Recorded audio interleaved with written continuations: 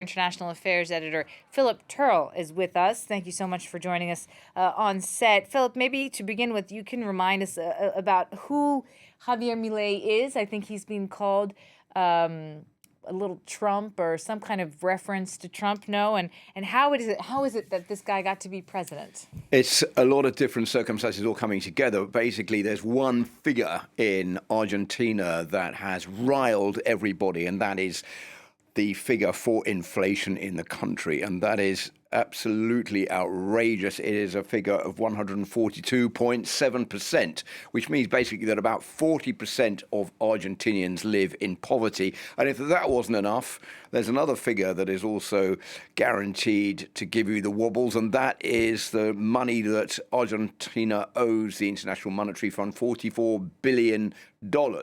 So with all the coffers empty, that is, in a way, I think, explained why Javier Milei has been elected president of Argentina. People are scared, people are worried, people want a brighter future, and he, with his chainsaw during that election campaign, saying he's going to soar up the country and streamline it left, right and centre, is the man who many are saying is going to do exactly what they want. And this is his electoral political program that was mentioned during the election campaign, and it's quite a hardline far-right program. Ban sex education at school, ban abortion, eliminate Argentina's central bank, replace the peso with the dollar, and on top of all of that, Javier Milei is a climate skeptic. He calls it a lie of socialism.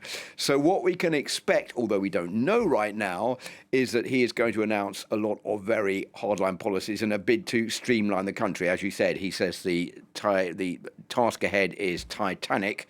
That means basically there is a lot of austerity on the way, as he says, between the next 18 months to 2 years, 3 years, he's going to try to bring down that inflation rate, and that means everyone is going to have to tighten their purse strings in Argentina. Yeah, it seems like he's not only going after the economy, but also his social policies seem to be very extreme as well. I mean, yeah, certainly they are very extreme, and I think there's a lot of worry that human rights are going to make a step backwards in Argentina. There's also worries, I think, about the future of a free, liberal press in Argentina.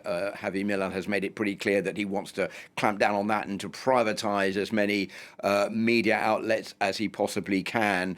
He doesn't like being criticized too much. We've already seen several instances of that. So a lot of worries about a step back in I mean, especially for Argentina, that saw a very dark chapter in its history. 40 years since the end of the dictatorship in Argentina. So I think there is worries that this is a democratic election, but how far is he going to go and how popular is he going to be? Remember, if you're going to introduce policies that are very hard on the general public, if it's going to be hardline austerity, if you're going to do away with the peso and bring in the US dollar, how are you going to do that? How are you going to balance that with what the US needs and what Argentina needs? Where are you going to get the dollars? I just said there is no money in the state coffers to be able to do all of that. Those are all questions for the moment. We don't know the answer to those questions. So his program, is it even feasible?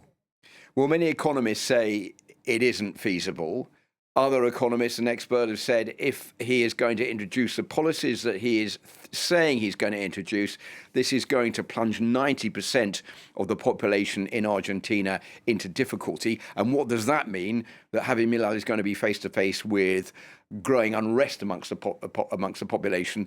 He will be face to face with protests, with riots, and that is something that, of course, wasn't mentioned during his political program. What we've also seen, I think, since the election in November, and what we're seeing now, is a certain degree of backpedaling. This idea of doing away with the peso, that's been sort of kicked into the long grass for the time being, and some of the more criticised members of society are now being more or less welcomed back in because he knows that his margins of manoeuvre are rather reduced.